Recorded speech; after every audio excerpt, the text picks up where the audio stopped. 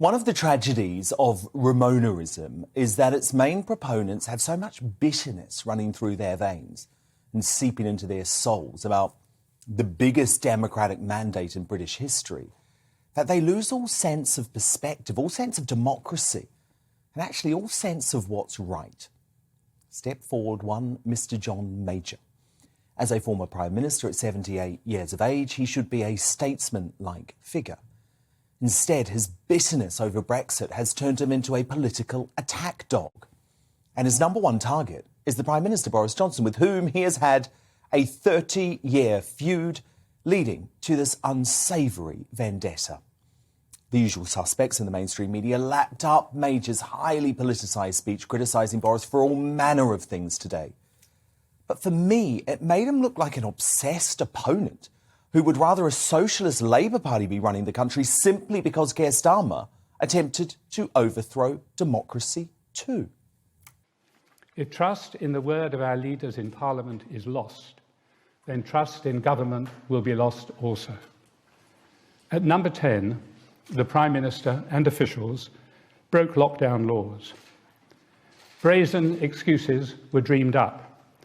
Day after day, the public was asked to believe the unbelievable. Ministers were sent out to defend the indefensible, making themselves look gullible or foolish as they did so. Collectively, this has made the government look distinctly shifty, which has consequences that go far beyond political unpopularity. What a sad spectacle. To be honest, I struggled to see John Major as Conservative anymore, given he slammed the Daily Mail and Priti Patel's attempts to stop illegal Channel migrant crossings today, while bigging up the biased BBC. But given his criticism of Boris, it's important to remind ourselves of Major's rank hypocrisy on so many issues. Of course, he infamously launched his Back to Basics campaign intent on restoring traditional values as PM, which was all slightly ironic given his own personal life included a famous 4-year affair in the 1980s with Edwina Currie that he hid from his wife.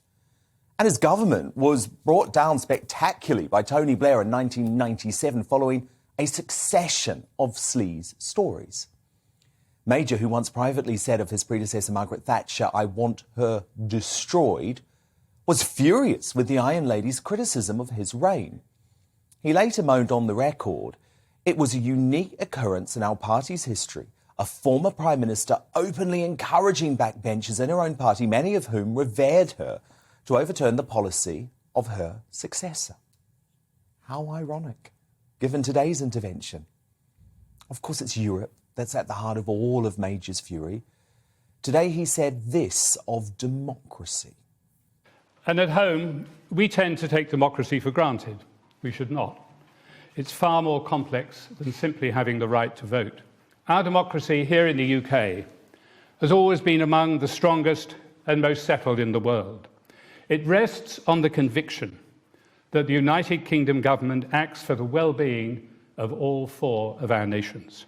If any of that delicate balance goes astray, as it has, as it is, our democracy is undermined. Oh, so you like democracy all of a sudden? Do you, Mr. Major? Let's remember that just like Keir Starmer, Major called for a so-called people's vote to overturn the EU referendum result, even though he signed Britain up to the Maastricht Treaty without one.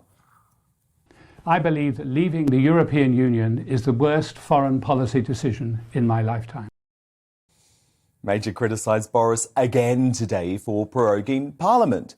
That's also total hypocrisy, given Major prorogued proceedings in 1997, 2 weeks early, ahead of the general election because of the Cash for Questions scandal. Look, Mr. Major can attack Boris all he wants and the BBC will lap it up just as they have today. But I think it's unbecoming for a Tory former Prime Minister. Let's be honest about what this is about. We all know it.